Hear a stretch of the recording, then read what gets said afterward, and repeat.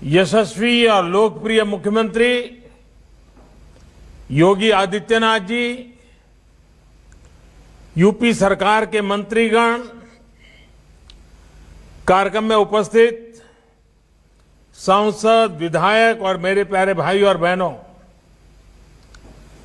चौरी चौरा की पवित्र भूमि पर देश के लिए बलिदान होने वाले, देश के स्वातंत्र संग्राम को एक नई दिशा देने वाले वीर शहीदों के चरणों में मैं प्रणाम करता हूं, आदरपूर्वक श्रद्धांजलि देता हूं। इस कार्यक्रम में अलग अलग जिलों में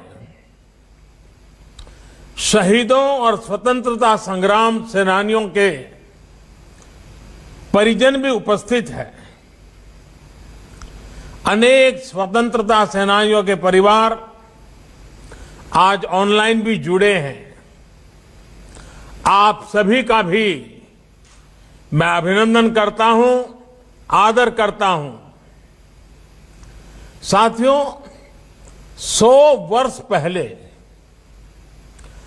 चौरी चौरा में जो हुआ वो सिर्फ एक आगजनी की घटना,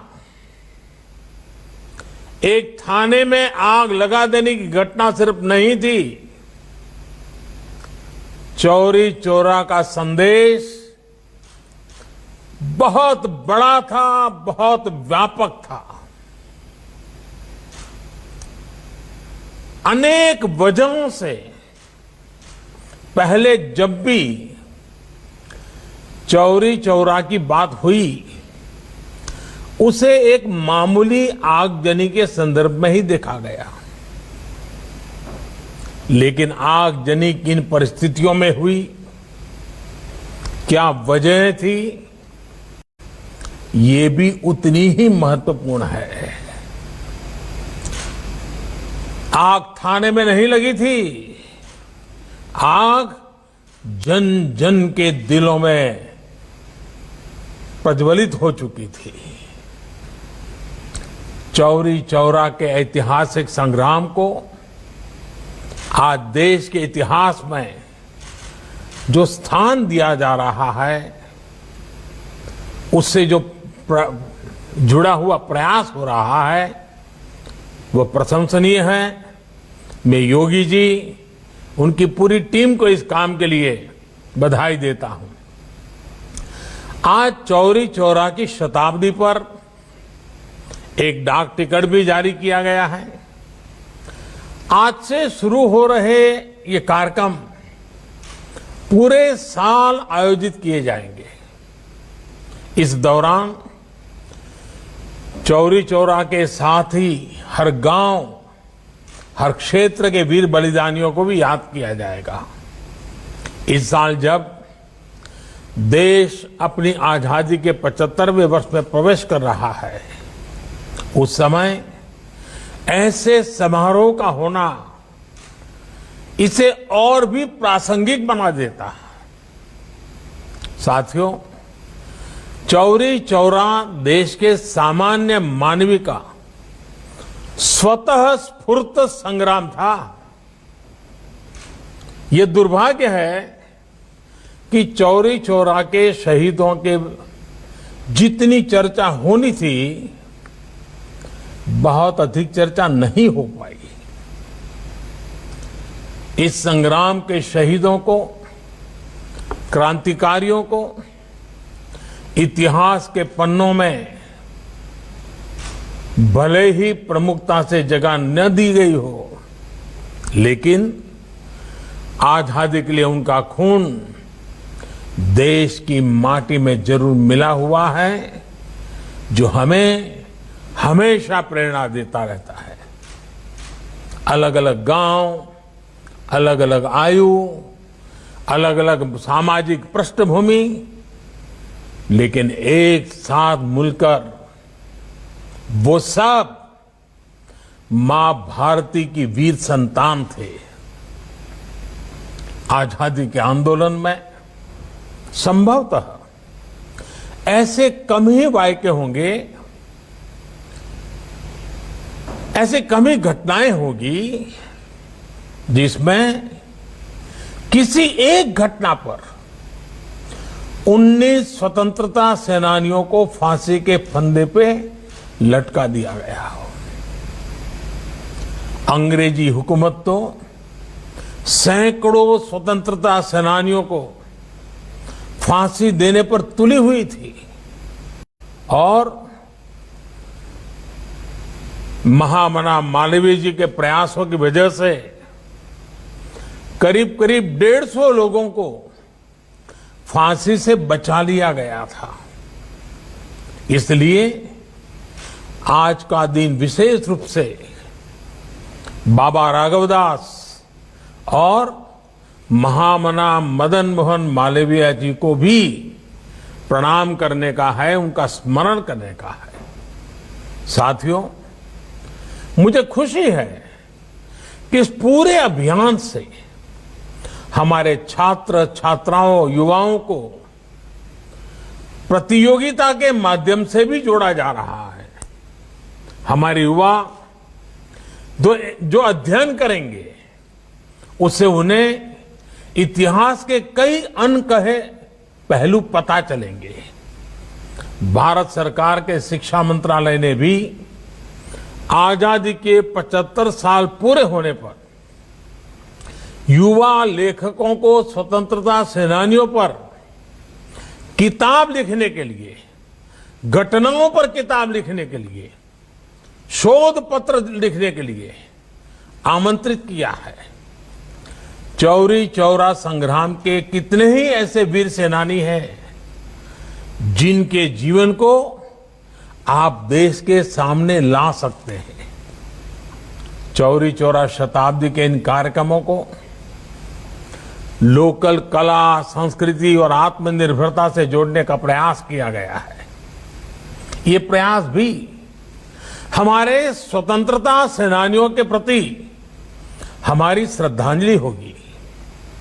मैं इस आयोजन के लिए मुख्यमंत्री योगी आदित्यनाथ जी को और यूपी की सरकार की भी सराहना करता हूं। साथियों, सामूहिकता के जिस शक्ति ने गुलामी की बेड़ियों को तोड़ा था, वही शक्ति भारत को दुनिया की बड़ी ताकत भी बनाएगी। सामूहिकता की यही शक्ति आत्मनिर्भर भारत अभियान का मूलभूत आधार है। इस देश को 130 करोड़ देशवासियों के लिए भी आत्मनिर्भर बना रहे हैं और पूरे वैश्विक परिवार की भलाई के लिए भी। आप कल्पना करिए, इस कोरोना काल में जब भारत ने 150 से ज्यादा देशों के नागरिकों की मदद के लिए जरूरी दवाइयां भेजी, आज भारत ने दुनिया के अलग अलग देशों से अपने 50 लाख से अधिक नागरिकों को स्वदेश लाने का काम किया। जब भारत ने अनेकों देशों के हजारों नागरिकों को सुरक्षित उनके देश भेजा, जब आज भारत खुद कोरोना की वैक्सीन बना रहा है, दुनिया के बड़े बड़े देशों से भी तेज गति से टीकाकरण कर रहा है, जब भारत मानव जीवन की रक्षा को ध्यान में रखते हुए दुनिया भर को वैक्सीन पहुंचा रहा है, दे रहा है, तो हमारे स्वतंत्रता सेनानियों को जहां भी उनकी आत्मा होगी जरूर गर्व महसूस होता होगा। साथियों, इस अभियान को सफल बनाने के लिए अभूतपूर्व प्रयासों की भी जरूरत है। इन भगीरथ प्रयासों की एक झलक हमें इस बार के बजट में भी दिखाई देती है। कोरोना काल में देश के सामने जो चुनौतियां आई उनके समाधान को ये बजट नई तेजी देने वाला है। साथियों, बजट के पहले कई दिग्गज ये कह रहे थे कि देश ने इतने बड़े संकट का सामना किया है, इसलिए सरकार को टैक्स बढ़ाना ही पड़ेगा, देश के आम नागरिक पर बोझ डालना ही होगा, नए नए कर जो लगाने ही पड़ेंगे। लेकिन इस बजट में देशवासियों पर कोई बोझ नहीं बढ़ाया गया, बल्कि देश को तेजी से आगे बढ़ाने के लिए सरकार ने ज्यादा से ज्यादा खर्च करने का फैसला लिया है। ये खर्च देश में चौड़ी सड़कें बनाने के लिए होगा, ये खर्च आपके गांव को शहरों से, बाजार से, मंडियों से जोड़ने के लिए होगा। इस खर्च में पुल बनेंगे, रेल की पटरियां बिछेंगी, नई रेल चलेगी, नई बसें भी चलाई जाएगी, शिक्षा, पढ़ाई लिखाई की व्यवस्था अच्छी हो, हमारे युवाओं को ज्यादा अच्छे अवसर मिले, उसके लिए भी बजट में अनेक फैसले लिए गए हैं। और साथियों, इन सब कामों के लिए काम करने वालों की भी तो जरूरत पड़ेगी। जब सरकार निर्माण पर ज्यादा खर्च करेगी तो देश के लाखों नौजवानों को रोजगार भी मिलेगा, आमदनी के नए रास्ते खुलेंगे। साथियों, दशकों से हमारे देश में बजट का मतलब बस इतना ही हो गया था कि किसके नाम पर क्या घोषणा कर दी गई। बजट को वोट बैंक के हिसाब किताब का वही खाता बना दिया गया था। आप सोचिए, आप भी अपने घर में आने वाले खर्चों का लेखा जोखा अपनी वर्तमान और भविष्य की जिम्मेदारियों के हिसाब से करते हैं, लेकिन पहले की सरकारों ने बजट को ऐसी घोषणाओं का माध्यम बना दिया था जो पूरी ही नहीं कर पाते थे। अब देश ने वो सोच बदल दी है, अप्रोच बदल दी है। साथियों, कोरोना काल में भारत ने जिस तरह से इस महामारी से लड़ाई लड़ी है, आज उसकी तारीफ पूरी दुनिया में हो रही है। हमारे टीकाकरण अभियान से भी दुनिया के कई देश सीख रहे हैं।